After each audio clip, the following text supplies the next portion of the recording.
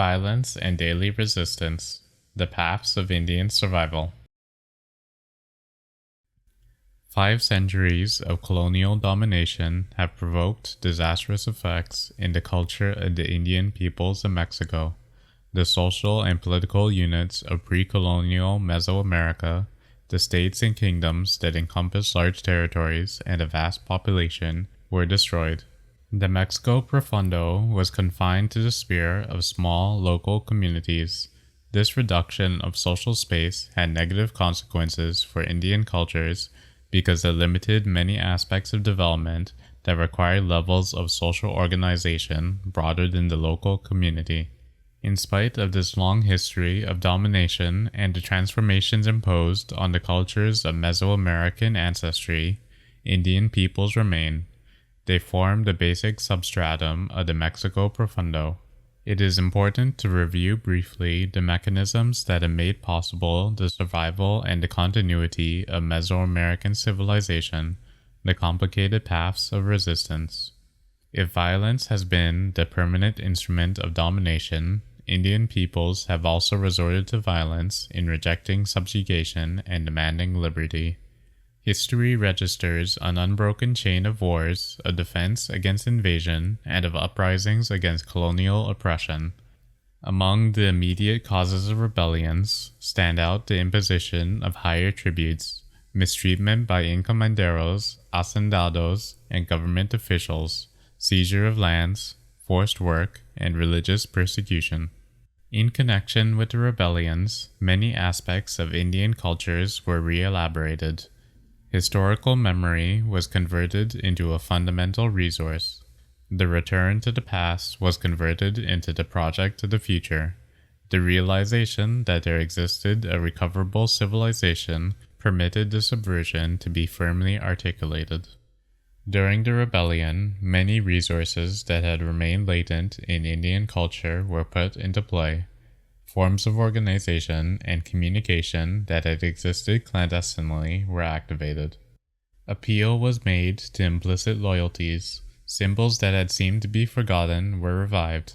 Recourse was made to cultural elements from the dominant culture, which had been appropriated by Indian peoples who were now in a position to use them in the service of the uprising. The Maya spent half a century fighting in the so-called War of the Castes. During this period, they adopted an internal political organization that included military titles taken from the ranks of the Spanish army.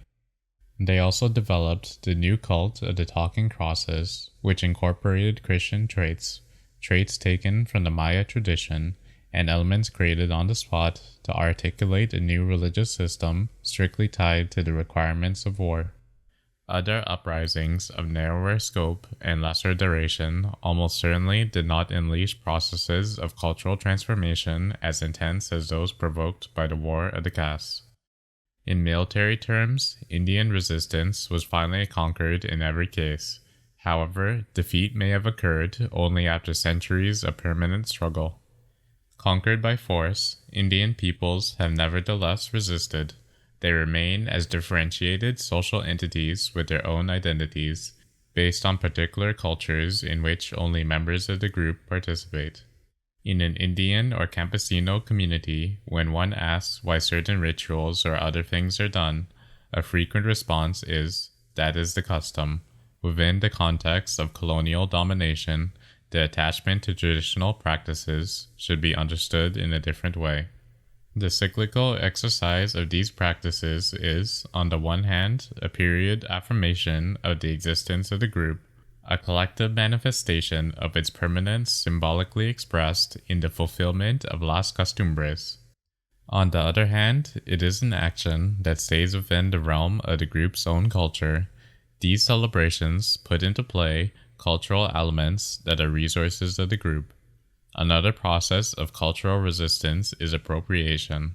Here, the group takes as its own cultural elements that were foreign and that come from the imposed, dominant culture. For the appropriation to take place, it is necessary for the group to take control over those foreign cultural elements so that they can put them at the service of the group's own ends and its own autonomous decisions. The presence of cultural elements of foreign origin does not in itself indicate weakness or loss of authenticity within Indian cultures. The question is who exercises control over these traits.